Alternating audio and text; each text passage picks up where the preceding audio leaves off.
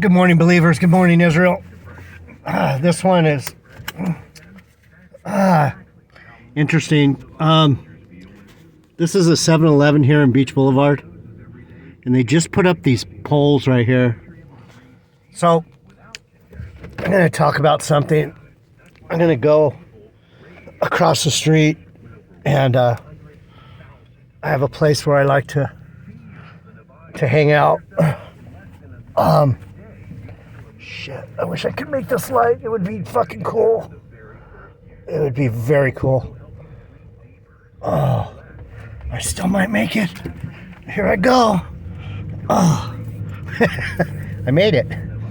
So, all around that building right there, I would turn around and show you, but those poles that you saw, this is where I live right here. This is like 40 years of driving in this parking lot, man. I probably need to get out of Huntington if I want to ever completely heal from the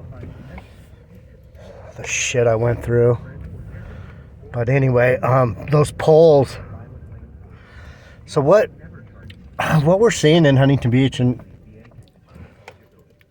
they probably don't care that I'm saying this because it's already basically too late. They've got us, so it is going to be what it's going to be. But those poles around that building is block. That is a block building. And I mean, yeah, block can be knocked down by a car for sure. You drive a car fast enough, it'll smash some blocks. It's not gonna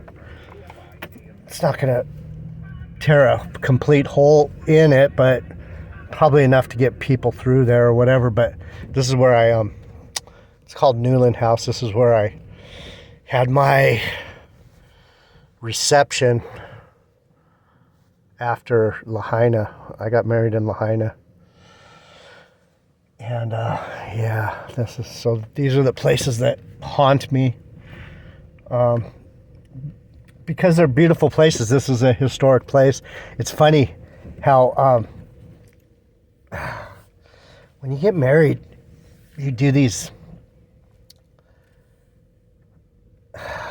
What do? You do historic places, so you know it's always going to be there. You can always go back. I could come back in 20 years, and that would be 50 years after I've been married. And that, yeah, I've been married 30 years now. Is that it? Yeah, 30 years, or what would have been married. Sorry, duh. But anyway, what I want to bring up is we're seeing in Huntington Beach, and I've done these videos before. They already have United Nations signage. I don't see any right here, but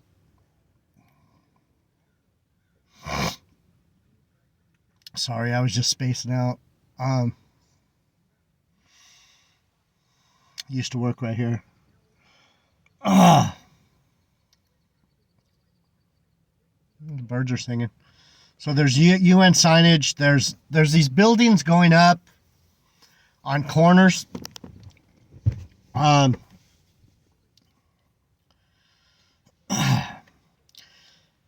You know, I studied a little bit about architecture. There was a guy named, if you want to look him up, he did some excellent work on architecture as threat, architecture as womb, architecture as welcoming, architecture as repelling. And he's a historian here in California, Mike Davis. I think the name of the book was, geez, it's been so long. Anyhow, he talked about, he gave me the vision of why certain buildings look the way they are. So if you go to the courthouse or the jail or the civic center, certain places are designed to make you feel uncomfortable. They're reinforced. They have a lot of metal. They have block. They have not very good sight lines. You feel trapped, these types of things. So at not an early age, I was probably 32 when I read the book. Gosh, I'm surprised I can't remember that name. It was such a impactful book, a documentary of architecture, and it brought out themes that you're not aware of. These things, the way they design things to create fear and to create dread and to create, if you ever go into the courthouse, everything's marble, so every little sound is amplified. You have to whisper. If you raise your voice, it echoes. If you have high heels on, it's clicking and clacking. It's designed to make you feel fucked up. Anyway, that's all I can say about that, because I went there a bunch of times during this last court thing. But what we're seeing in Huntington Beach is they're fortifying certain areas. They're preparing for something. And my estimation is that there is going to be UN troops on the ground here in Huntington Beach within the next 5 years, I would say. They're gonna. This is gonna keep speeding up. This end of days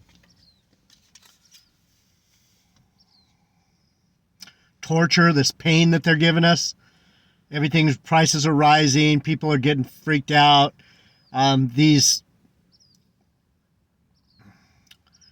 injectables that they're helping us with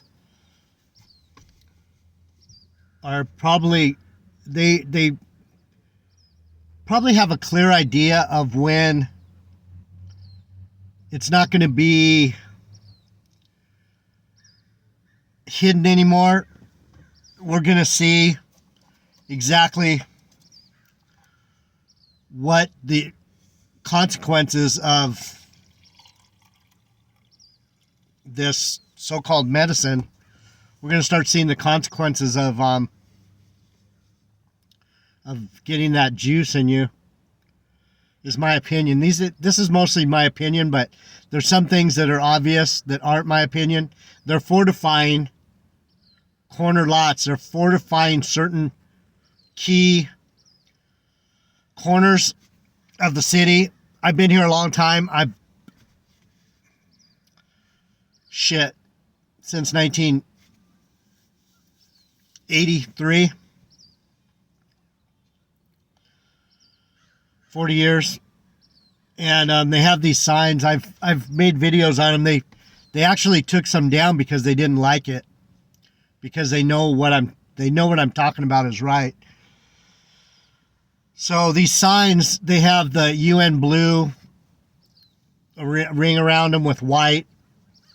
If you know anything about the UN, they have that light blue color scheme. Blue hats, they call them. And on the back of these signs that are militarily reinforced, these signs are indestructible. They're designed to not be able to be knocked down, tore out, ripped off. People just aren't aware of what they're seeing when they see things. These signs, I've gone into it before. It's titanium girders, like a beam, titanium beams, 4-inch titanium beams. They cut out the concrete, and those beams are probably bolted to some kind of iron plate, and then the concrete is poured over the iron plate. And at the bottom, the hardware at the bottom is, it looks like it's designed to either flex only so much, and then it can probably only be turn so much, and the way it's designed, it'll lock or kink so it can't be pulled over. And then on the sign part, the beam is filled with fiberglass. It's a fiberglass cap inside the opening of the beam, so there's no way to get to the nuts and the bolts that are holding the sign on. It's amazing. If people who know about materials and design, I'm not that familiar with it. All I know is when I see it, I know what I'm seeing. And so besides all those facts, on the back of the signs, well, on the front, let's go with the front of the sign. The front of the sign has pictographs. It's not, a lot of it is not just writing Huntington Beach Central Park that way, Huntington Beach Dog Park that way. No, no, no, no. They have pictures of dogs. They have pictures. It's like for people who are from out of the country. It's pictographs. So all they have to do is look, and dog will mean one thing, food will mean another thing. Food will probably mean food. Dog will mean whatever their little code is. What other pictographs do they have? The horse stables over there. So anyway, it's pictographs so that foreign troops don't have to read English. So on top of that is, if you look on the back of the sign, it has UN color coding. And I've done videos on this before. People don't want to hear it because it's fucking scary as fuck. And there should be people downtown, myself included, who are asking city council, why do we have UN signage in our city? Because all they're going to do is put your name down and start harassing you. So I'm better off hiding for now. This shit is going to happen one way or another. 1 or 2 or 10 people asking about this signage is just going to get 1 or 5 or 10 people gang stalked, possibly hurt in some way, right? So these are the things that no one wants to see it, because they don't want to have to stand up and go, hey, why are you doing that? And then end up in a ditch, you know?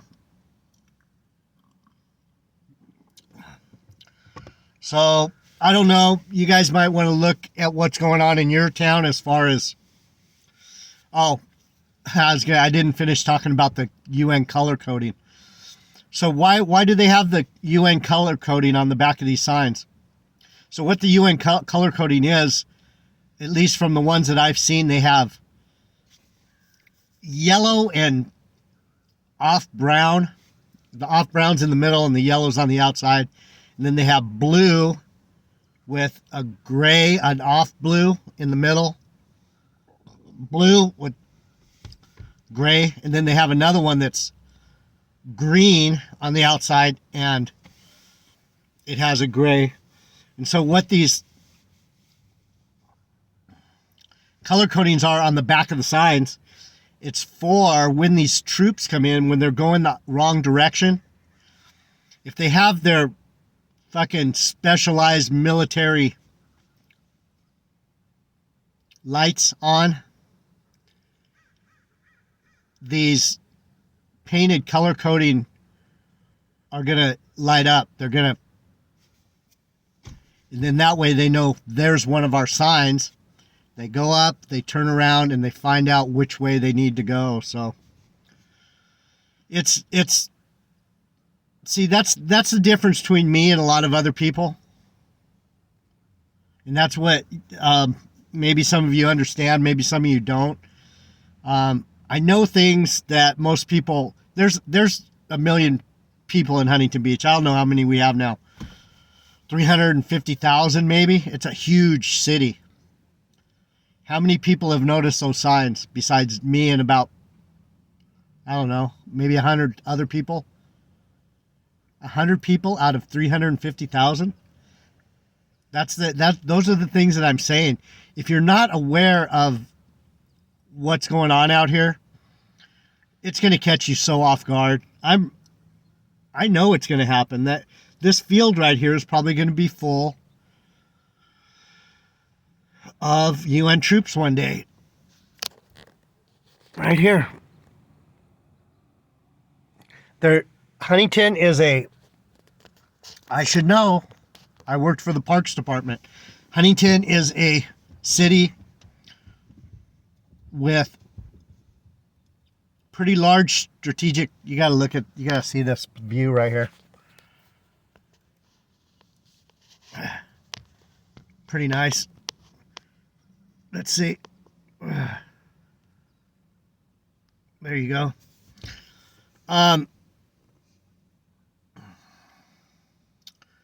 Huntington is a city with strategic. It's crazy when I think back on when they were building this city, 80 years ago or whatever it was. It's funny. This California is this area right here where all these houses in front of you see all these houses all the way to the mountains. This shit only started in the fucking mid 1800s, early 1800s. This is hardly 100 years old right here. And I've been here 60. So from 1939, 1918, 1920 till now, it's only been 100 years. Fucking, do these devils plan 100 years ahead? Yes, they do. So when you think of when they laid out the parks here in Huntington Beach, and it's funny because our logo, our Huntington Beach logo, looks like a stocks for a slave. Yeah, Huntington Beach is racist, as far as I can tell. We don't. It's not funny. It's kind of sad.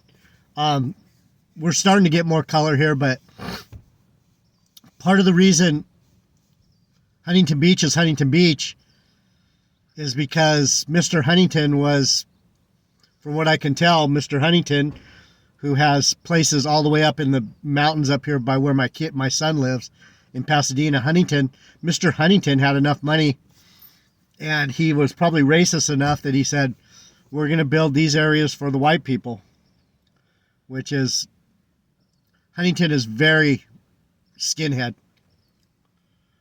And I hope you don't put that against me, because I've been all those things. I've been, punk rock, skinhead, not so much.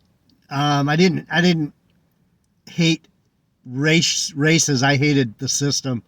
I learned how to hate, but a lot of the people that were in punk rock hated other cultures and nations. So you look at someone like GMS, these guys hate white people. I understand.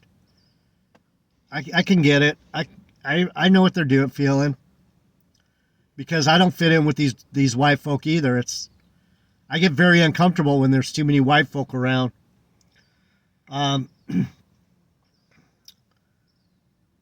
It says a lot about where you're at and what you're doing. So I just wanted to just bring that type of information to you about watching out for what's going on around you. As far as these buildings reinforcing themselves, if you're in a fairly strategic city, like Huntington's really strategic because we're surrounded by military bases. Where I usually take my walk up here in Sunset Beach is military. That's Seal Beach Naval Weapons Station, and just north west of there is the Los Alamitos Joint Forces base. I worked there for 6-8 months at one time, mowing the grass inside the base and doing the trimming and stuff in there. But then you have March Air Force Base out here in the valley. You have, I mean, I can't even think of where they're all at because they don't. Oh, to the south where I surf in San Onofre, huge Camp Pendleton Marine Base, huge, massive, 12 by 30 miles or something. These guys have over here to the south of us, where these mountains are back here. You can't really see them, but anyhow, I'm not going to make this one too long. I made the point. You're going to start seeing corner lots, corner buildings reinforced. If you look at your Amazon Fresh building or your Amazon, anything that they're building new has very little windows, and the windows they have are very little windows, so they can poke very precise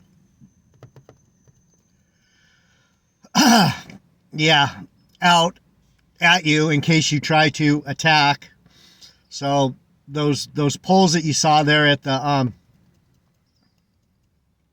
7-Eleven, those are designed to strategically protect that corner from marauding humans.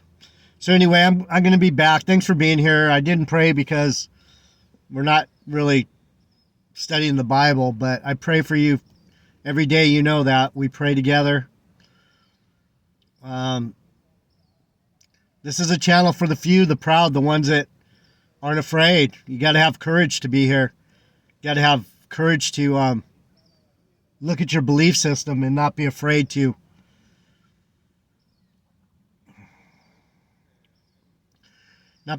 change your maps,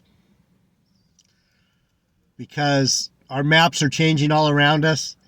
And if you think that the maps are going to stay the same and you're going to be able to find your way around with these old Bible themes that you have in your mind and these old thoughts, the Lord's going to laugh at you in derision when you come with that silliness.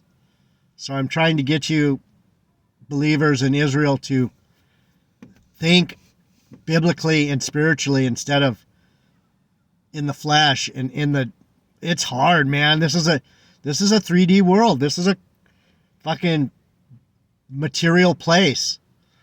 And it's very hard to break out of that. We've been crushed into this material place. We are so soaking in it now that it's going to become more and more obvious as time moves forward. Probably with this time next year, we're going to be seeing things we've never believed could ever happen. And there's going to be a spiritual separation. Maybe I'll go into that today, the dividing of the people. Oh man, I've done these lessons before, but I think I'm going to pull some stuff up on righteousness again and Satan, because these spiritual life lessons, they're working against, and GMS, they're working against spiritual things. They're trying to get you thinking the wrong way. And you know what's interesting about it is whoever set these guys up, they're just too good. Vocab Malone is just too good. Ramlab, just too good. Gabar, just too good. Tahar's the perfect dumb old man, plain dumb. Those guys are probably, if I'm not mistaken, you know what I'm thinking. And even all the way down to spiritual life lessons, these two so-called country bumpkins, those guys, Mr. You know what I'm saying? You know what I'm saying, man? You know what I'm saying? You know what I'm saying, man?